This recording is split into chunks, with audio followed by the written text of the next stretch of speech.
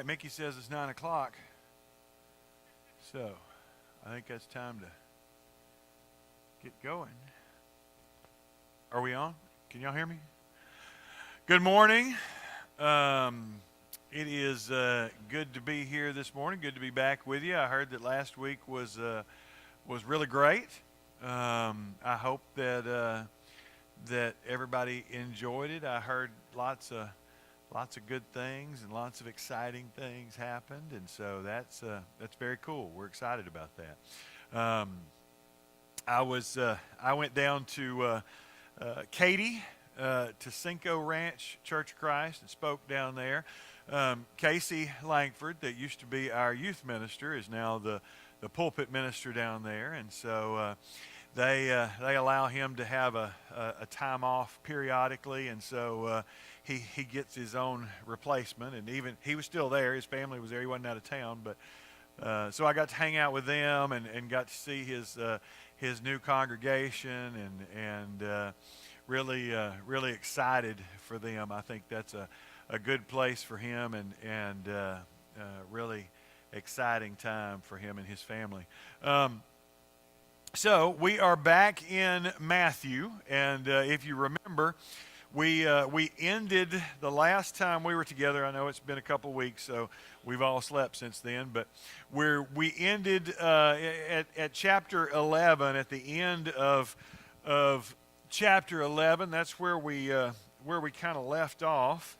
I'm going to pull up my handy dandy electronic Bible here. And if you remember, we'd gone through chapter 11 down to the part where Jesus is praying, and we're going to pick it up at the end of chapter 11. But we left off that Jesus as the Son is now the embodiment of wisdom. And in the Jewish tradition, wisdom is always personified, and throughout the wisdom literature, you'll see wisdom personified as a woman and as Lady Wisdom, but Jesus is now assuming that role for himself. He is the personification of godly wisdom, and the Son is the only one who is known by the Father. The Son is the only one who truly knows the Father. The Son is the only one who can reveal the Father. And those are all roles in Jewish wisdom literature that was given to wisdom. Wisdom was the one who was truly, who came from the Father and who knew the Father. And only through wisdom could the Father be revealed.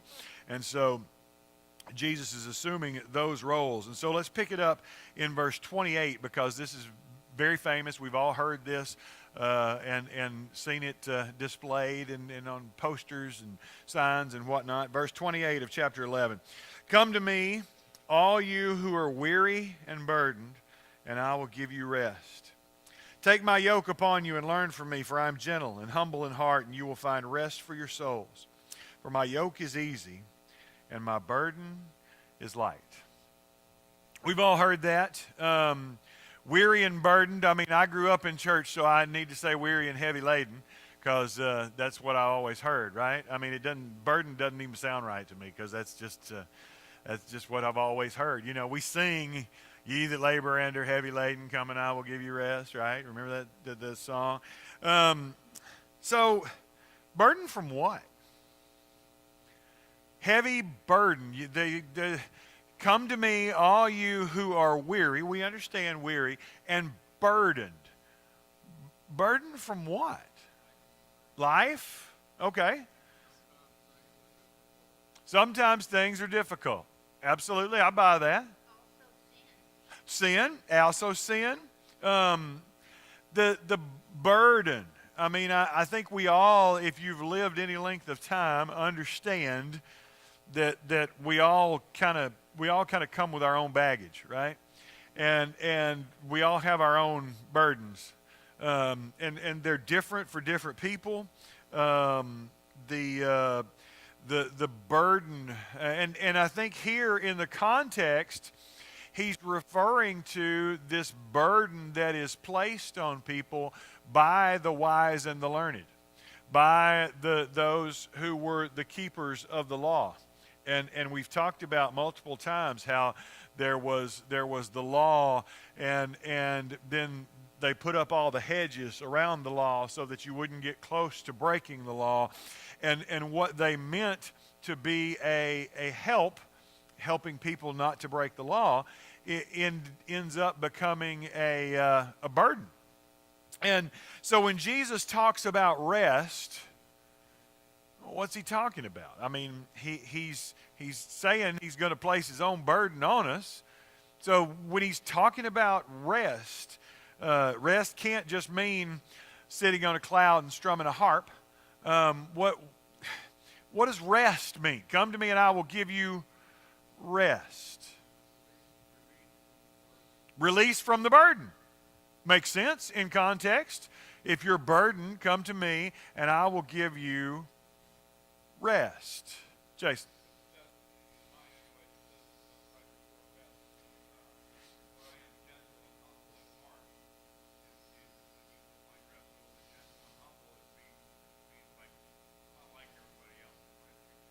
Right. I'm not like everybody else. My burden is going to be different than the burden that they put on you. Take my yoke upon you and learn from me. That's significant because in the Old Testament and Jewish traditions, yoke is always a common metaphor for service. So someone who is yoked is in service to someone else. And rabbinic rabbis' writings, rabbinic literature will talk about the yoke of the Torah. That's the law. And so the yoke of the yoke of God. They'll talk about that. Tim?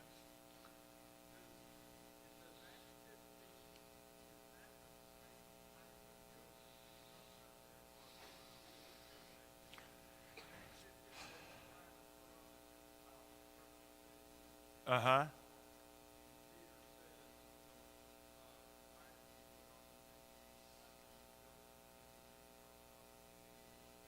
I think it's very similar because I think Jesus is talking here about the yoke of the Torah that was on the people that was too heavy for them to bear, just like what he's talking about.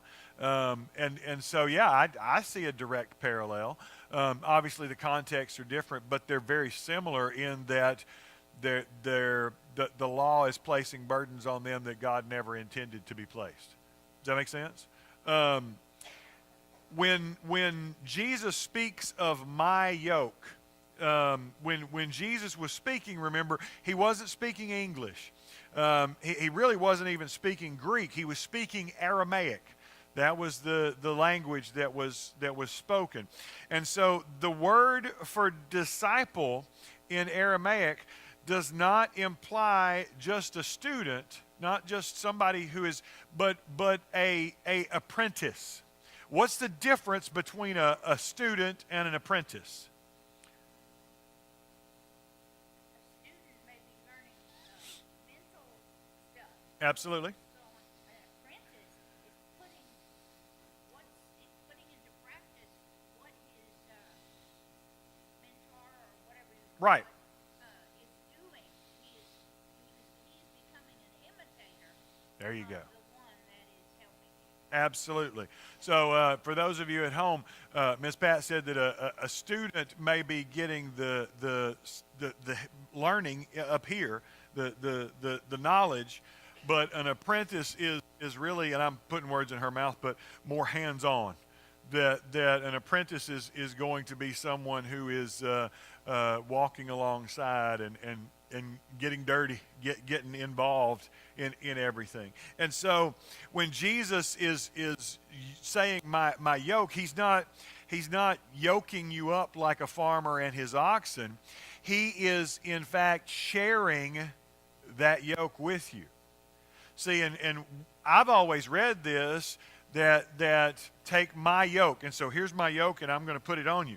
But when Jesus is saying my yoke, he's communicating the yoke that I'm already wearing. Take my yoke upon you and learn from me. Take my yoke upon you and walk beside me. That's big. That's different. Because instead of, here's the law of the Old Testament, and now Jesus is going to give us the law of the New Testament. We've just got a new yoke upon us, a new burden to carry. That's not what he's saying. He's saying, I'm going to take this burden that's on you off, and I'm going to help you shoulder this burden as we move forward. Now, that's good news, because nobody could fulfill or could bear that yoke. So when we think about this idea that Jesus is sharing my burden with me, he's not placing on me things and sitting back and seeing if I can handle it. You know, let's see what he does. No, instead, he's coming alongside of me, picking up the yoke along with me, and helping me to carry. That's a big difference. So when he says my yoke is easy, the word literally there is kind. My yoke is kind. So my yoke is not a burden. My yoke is a shared service. I'm struggling for the word there, but my yoke is kind. Jesus doesn't say, "Come to me and I'll take away all your burdens." And that's important too, because a lot of churches nowadays are teaching that if you just come to Jesus, everything's going to get right. And you're going to get rich, and you're going to get happy, and everything's going to be better. And in a lot of ways that's true, but if you've been a Christian for any length of time, you know that it's not all sunshine and rainbows. That being a Christian is difficult. It's by design. And Jesus says, he doesn't say, "Come to me and I'm going to take away all your burdens." He says, "Come to me and I'm going to help you carry those burdens." That's a big difference. Now, this is important, and I wanted to start here because we lose the connection between 11 and 12 because of our chapter breaks, right? So he's talking about, come to me, and I'm going to take these burdens off of you that the law is putting on you, and I'm going to give you rest. Now, if you are a Jew, what do you connect rest with? Sabbath. Sabbath is the day of rest, right? Remember the Sabbath and keep it holy. It is an integral part of your identity as a Jew. So now when we go into chapter 12, there's going to be some concern and some arguments about the Sabbath. Those are now more directly connected. Jesus says, I'm going to give you a different kind of rest. And then Matthew, or through the Holy Spirit, is saying, now let's look at what that looks like. So pick it up in chapter 12. We're gonna skip down. I'm going to jump over some stuff, and so y'all forgive me, but we're going to, well, let's just read it. I won't skip it. At that time, Jesus went through the grain fields on the Sabbath. His disciples were hungry and began to pick some heads of grain and eat them. When the Pharisees saw this, they said to him, "Look, your disciples are doing what's unlawful on the Sabbath." He answered, "Haven't you read what David did when he and his companions were hungry? He entered the house of God, and he and his companions ate the consecrated bread, which was not lawful for them to do, but only for the priests. Or haven't you read in the law that the priests on Sabbath duty in the temple desecrate the Sabbath and yet are innocent? I tell you something, the greater than the temple is here. If you had known what these words mean, I desire mercy, not sacrifice, you would not have condemned the innocent. For the Son of Man is Lord of the Sabbath, even of the Sabbath." So, what's the Sabbath? Day of rest. Where does the Sabbath come from? Torah, the law, that you were to, you were to keep the Sabbath holy. That in fact becomes an integral part of being a Jew. The Sabbath, the Shabbat, is a day set aside for rest and worship. According to the book of Exodus, the Sabbath is a day of rest on the seventh day, commanded by God, kept set apart as a holy day of rest. And so the practice of observing the Sabbath is very much interwoven into the life and the culture of these people. Originally, someone who broke the Sabbath, Sabbath breakers, were officially to be cut off from the assembly or even killed. That's Exodus 31. So it's a big deal. It's not a minor infraction.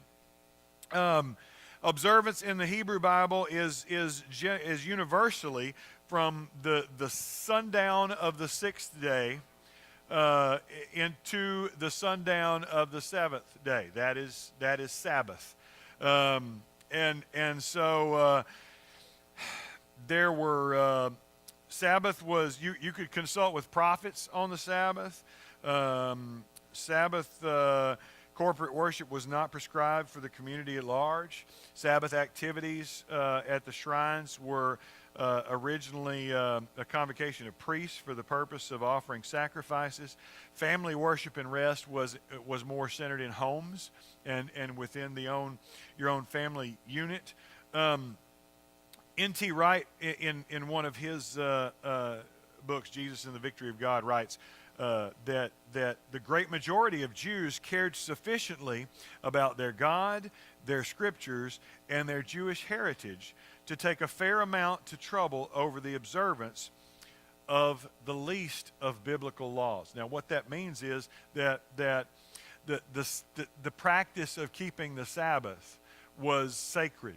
It was a big deal. Keeping the Sabbath was of critical importance to someone in the first century. So the day of rest was those who willfully broke the Sabbath would even be stoned. And this is something that even hurt them.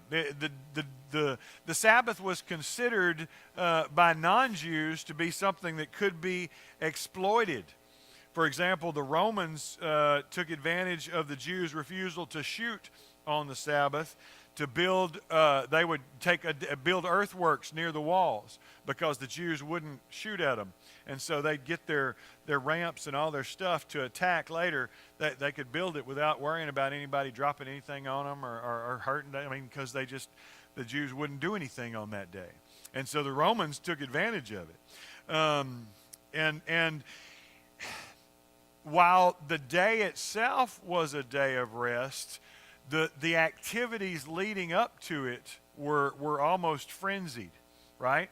Because they would go out of their way to make it as festive a day as possible, but doing all the work for that festivity ahead of time. Food was prepared ahead of time so that it was available for the evening meal after sundown when the Sabbath came in.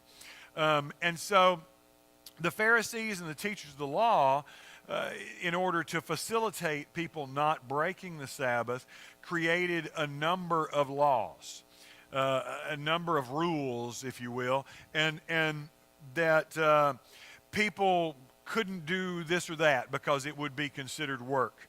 That people could carry food to a neighbor's house, but they couldn't prepare the food that day, or they couldn't. It was really intricate, and so all these things about the Sabbath.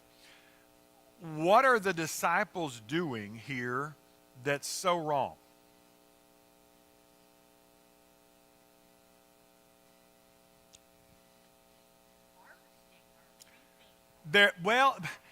Technically they're not harvesting, but they are plucking the heads off of the grain and eating it as they go through. Now, there's not a law against that.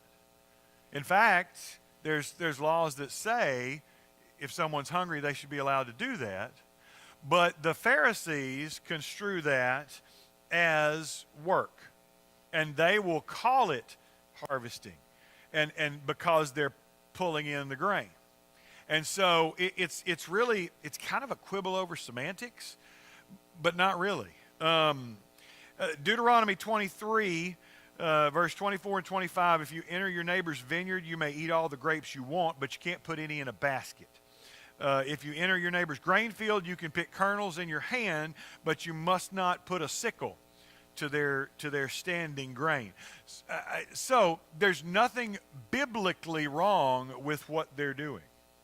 However, it is wrong according to the social laws created by the teachers of the law.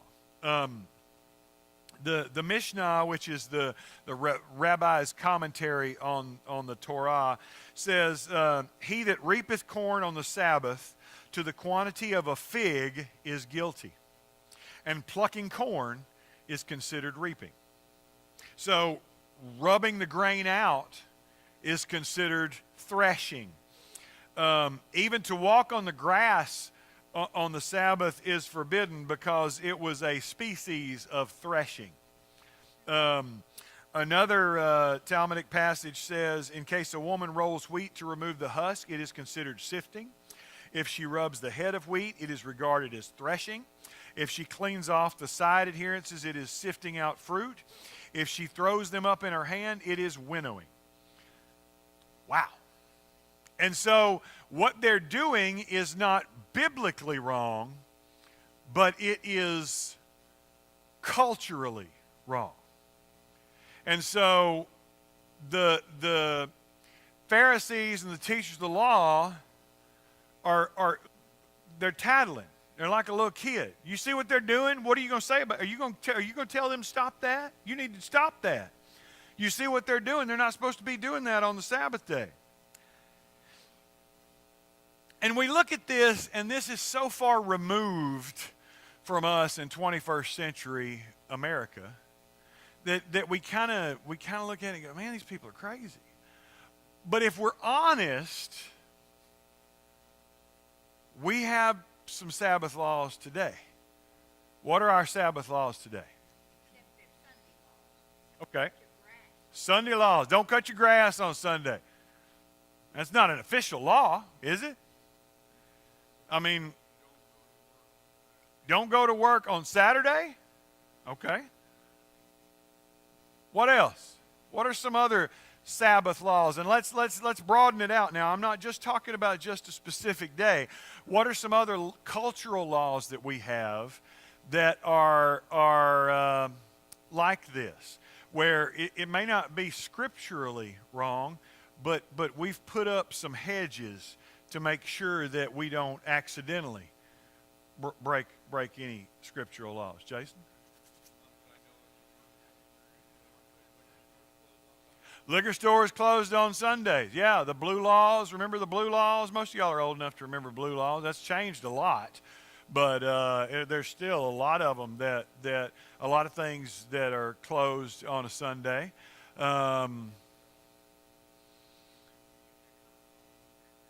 Can't serve alcohol till afternoon. There you go. Apparently, but it's like in Acts. Well, they're not drunk. It's early in the morning. What about, let's take it outside of the day. All right? All right, I'm just going to step off in it. Okay, I'm going to roll up my pants and just step off in it. In churches of Christ, instrumental music is a Sabbath law. There is nothing in Scripture that says you can't have instrumental music. Nothing. It's not there. We're told to sing, and so in order to facilitate that, we put up some laws so that we won't accidentally break that law. Because it doesn't say we're not supposed to, but it doesn't say we are supposed to either.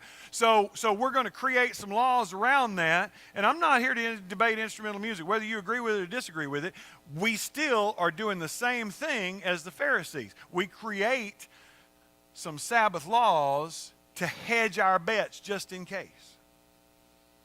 Now, I'm not saying it's right or it's wrong. I've said this publicly. I've said it to the elders. I mean, we're not in danger of changing to instrumental worship here at Huntsville Church of Christ. So calm down. I'm not talking about that. But we got to be honest with ourselves, because we sit up here and we point at these Pharisees and go, well, they're just so crazy. Well, no, they're really not. They're not that much different than us.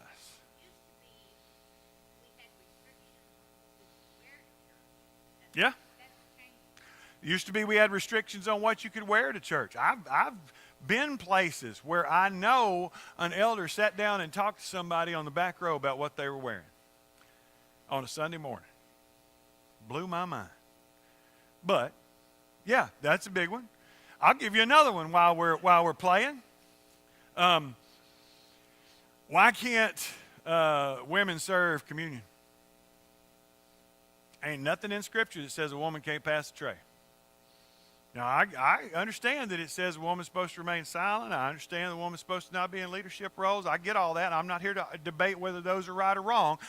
But none of that applies to passing a tray. But we want to hedge our bets just in case, because we're not sure. It doesn't say they can, doesn't say they can't, so we don't want to venture off into something to get us in trouble, so we're going to err on the side of caution. We're not that much different than the Pharisees. The Pharisees aren't bad people. They're doing everything they can to try to follow the law of God. In fact, they're probably more religious than a lot of Christians today, because they're honing down and really serious about living out this faith in a radical way. And so they search the Scriptures, absolutely. And so here we go. Here they are. They say, look, do you see what they're doing? What are you going to say about this? And what does Jesus say? Verse 3. He answered, haven't you read what David did when he and his companions were hungry? He entered the house of God, and he and his companions ate the consecrated bread, which was not lawful for them to do, but only for the priests. Now, what is he talking about? There's a story, and story's found in 1 Samuel 21. David is on the run from Saul. If you remember what's happening there, David is anointed king, and then for a long time he is not king because Saul is still king.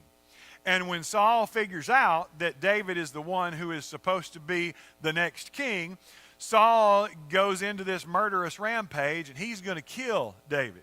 And it escalates to the point that David becomes an outlaw, and Saul comes after him with the entire force of his army, trying to hunt him down and kill him. That's what he's after.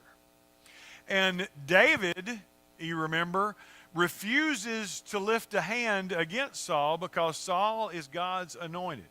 Even though he's crazy, even though he's not doing what God wants him to do, David refuses to lift a hand against him because Saul is God's anointed. And so his only option is to run.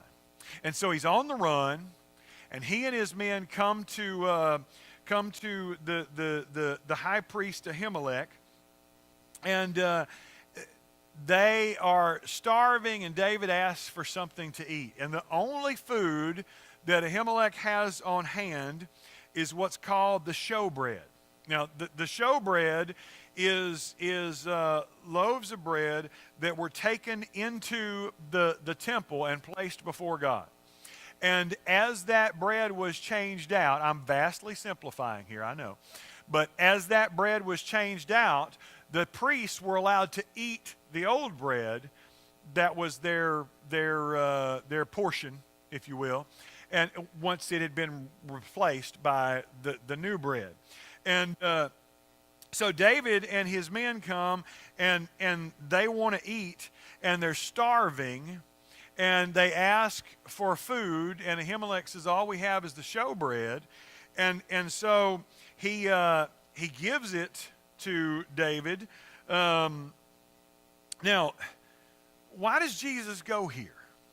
The Pharisees revered David. David is one of the superstars of the Jewish faith, okay? He is way up there, not quite Moses and Abraham level, but he's right up there.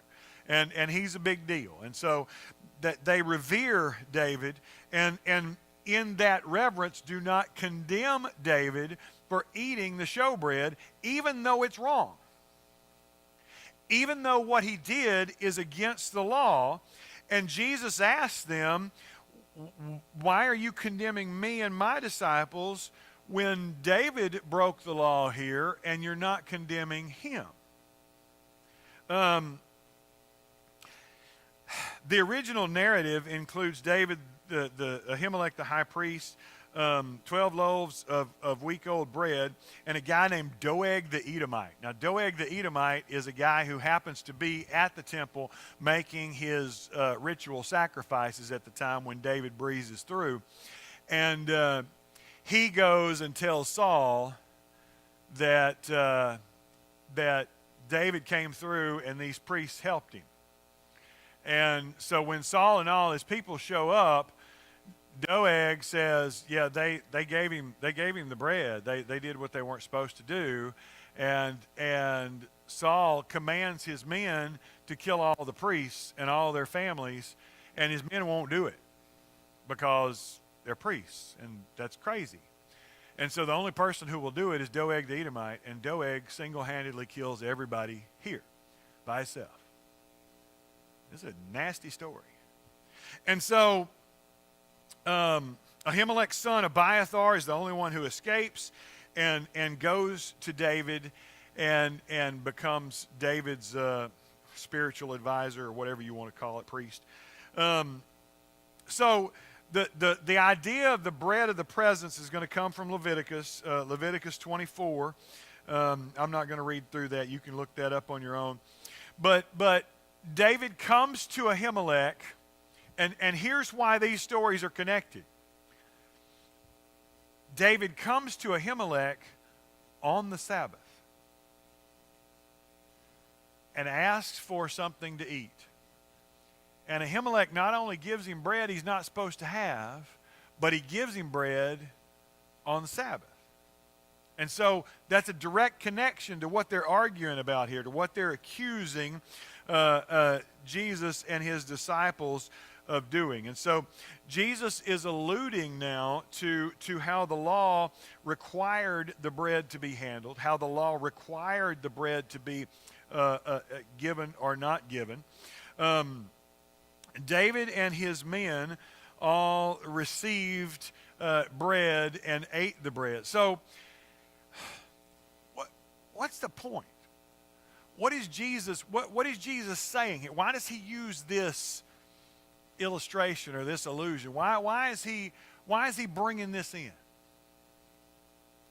Haven't you read when David and his men? And so what bearing does this have on the topic at hand? The hypocrisy of the Pharisees. They don't condemn David. They don't condemn Ahimelech. They revere this. This is a sacred story. Okay, what else, Jason?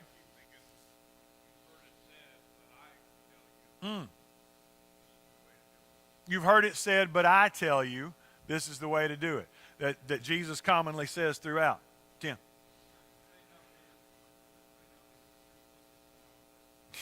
I love that you think I'm thinking. I appreciate that. You're the only one. Go ahead.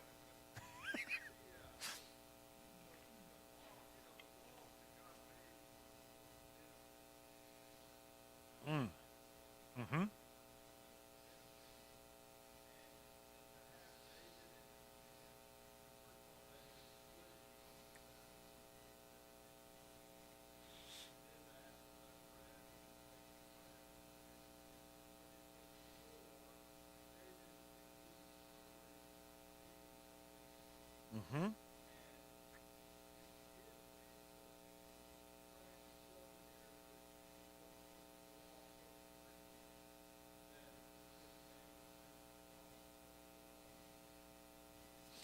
I think you're spot on. And I'm going to try to restate that for the folks at home. That Jesus is in fact going to say that the Sabbath was made for man, not man for the Sabbath. And so one of the points that he's trying to make here is that David and his men were hungry, and the priests met a need of an individual that was more important than following the rules. And sometimes we have to understand the purpose of the rules instead of just the letter of the rules. And I think you're spot on, because we had to do, when I was teaching teachers, we would have to get into this all the time, because we'd have one of my students who was a behavior problem. He would be in a regular class, and the teacher would be locked up with this kid, and I would come in and what's going on, and you try to sift through and get to the bottom of it. And basically the kid won't sit at his desk and do his work. He wants to stand over here at the counter and write. And so I would have to circle back around and say, okay, is this math class or is this sitting in a desk class? What are you here to teach? Well, we're here to teach math, but he needs to learn how to act right. I don't disagree that he needs to learn how to act, but that's not your class. You're supposed to be teaching him how to do math. If he will learn how to do math standing at that table over there, let him stand at the table. Because we're here for this purpose, not for this purpose. And when I get him, I'm supposed to be the one teaching him the life skills. I'm supposed to be the one teaching him the social skills, and you let me teach him that. You teach him how to do math. This thing's killing me. And so I think it's the same thing. The Sabbath was made for man. It's supposed to be a day of rest. It's supposed to be a blessing to man, not another burden. And the Pharisees and all their rules have made it another burden. I'm going to go to 1 Samuel right here, 1 Samuel 21, and I'm going to read you some of this. Then came David to Nob, to Ahimelech the priest, and Ahimelech was afraid at the meeting of David, and said unto him, I don't know why I haven't King James, why art thou alone, and no man with thee? And David said unto Ahimelech the priest, the king hath commanded me on business, and said to me, let no man know anything of the business whereabout I send you, and I have commanded you, and I have appointed my servants to such and such a place. Now, give me 5 loaves of bread in my hand, or what there is present. And the priest answered David and said, there's no common bread here, but there is hallowed bread, if the young men have kept themselves at least from women. And David answered the priest and said unto him, I tell the truth, women have been kept from us about these 3 days since I came out, and the vessels of the young men are holy. There's something significant here. Ahimelech says, well, I'm not going to give you this holy bread unless you guys are consecrated. David says, they're consecrated. Every time that I go out on a mission, we are consecrated. Let me find the other translation. David answered the priest, the vessels of the young men are holy, even when it is on an ordinary journey. How much more so today? So, why are David's men consecrated? They're not just because they haven't slept with a woman. That's part of it, but that's not the only reason. David's men are consecrated because of what? Because of their connection to David and because of the mission that they are on. Right? So David's men are consecrated, and David is consecrated because of their relationship to David and because of the mission that they are on. The relationship makes them holy much more than the ritual. Now you see, we get more bogged down in some of that stuff than Jesus did. Jesus doesn't get bogged down in a lot of that stuff. He is making a point here that relationship is more important than ritual. He's going to double down on it in the next verse, verse 5. Haven't you read in the law that the priests on Sabbath duty in the temple desecrate the Sabbath and yet are innocent? I tell you, something greater than the temple is here. Why are the priests innocent? Because of the mission that they're on. Because they're on the business of serving God. Because of their relationship to God through the temple. And Jesus says something greater than the temple himself is here. So, what's the point? Jesus is saying his disciples are not breaking the Sabbath because of their relationship to him. Something greater than the temple. Relationship trumps ritual. That's something that we got to get, even today.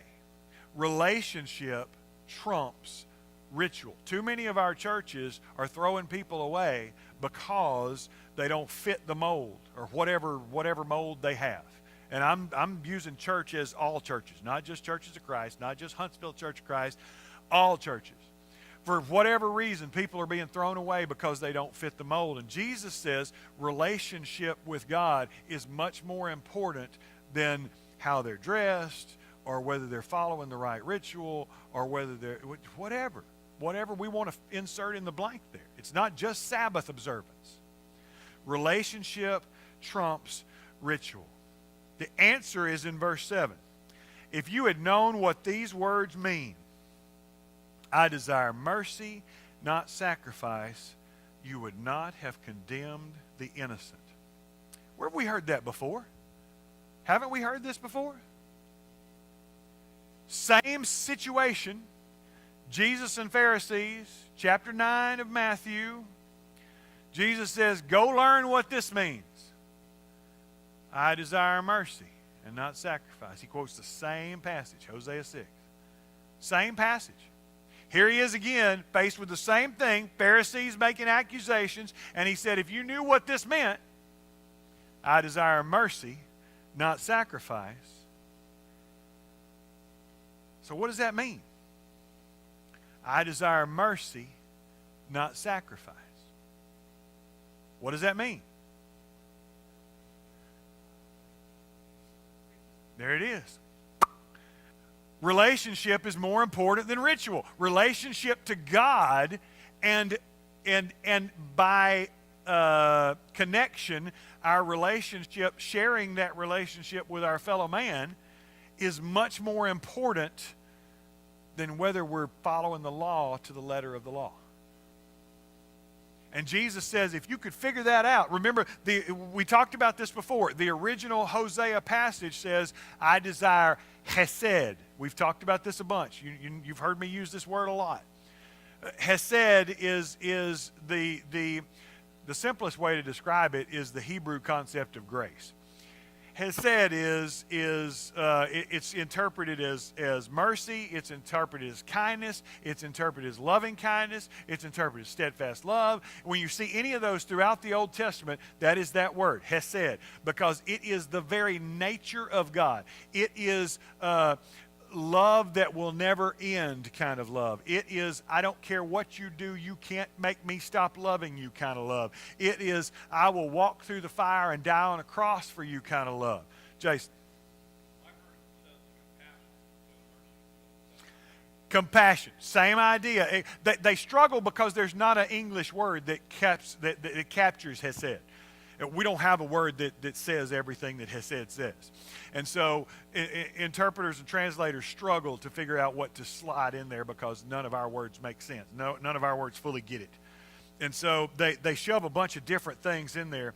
But the idea is that when Matthew uses it here, he uses the Greek word eleos.